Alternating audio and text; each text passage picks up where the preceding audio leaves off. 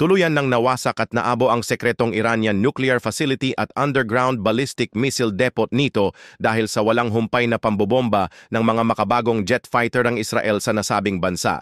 Narito ang patuloy na pag-atake ng mga eroplano ng Israel sa Iran.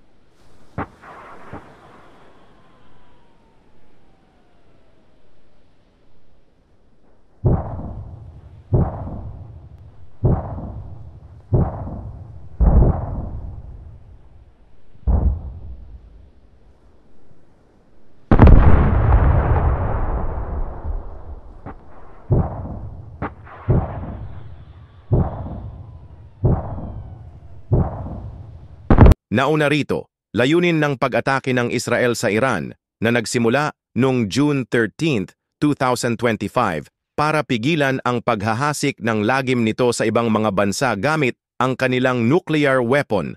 Kasunod ng pambobomba ng Israel sa Iran ay agad naman itong gumanti gamit ang kanilang mga ballistic missile na nagdulot ng pagkasira ng isang hospital, mga gusali, pagkamatay at pagkasugat ng ilang Israelites.